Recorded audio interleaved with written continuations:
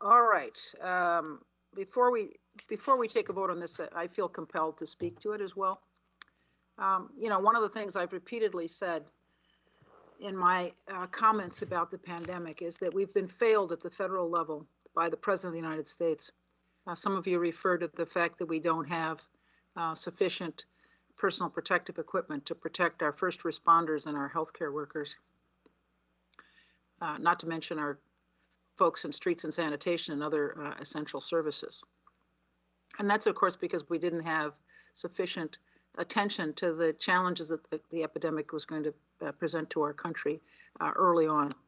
And just as equally important is we didn't have a commitment by the President of the United States to listen to the scientists, to listen to our healthcare experts, whether they were from the Centers for Disease Control or the National Institutes of Health or any of the other federal agencies devoted to dealing with epidemiology and pandemics. And I've been very critical of the President of the United States for not listening to our scientists. The second thing I should acknowledge is that it's the joint responsibility of the President of the Board of Commissioners and the head of our healthcare system to appoint the leadership of the Department of Public Health. As you're all well aware, Deborah Carey and I jointly reached the decision to change leadership in the Department of Public Health because we were so concerned about the level of operations there and the understanding the essential nature of our Department of Public Health in combating the pandemic. And I am proud to say that two of the longtime leaders in the department, Dr. Rachel Rubin and Dr. Kiran Joshi, have stepped up to lead the department and have gotten kudos all around from folks in the president's staff, both for their leadership and their cooperation and collaboration, which has been lacking previously.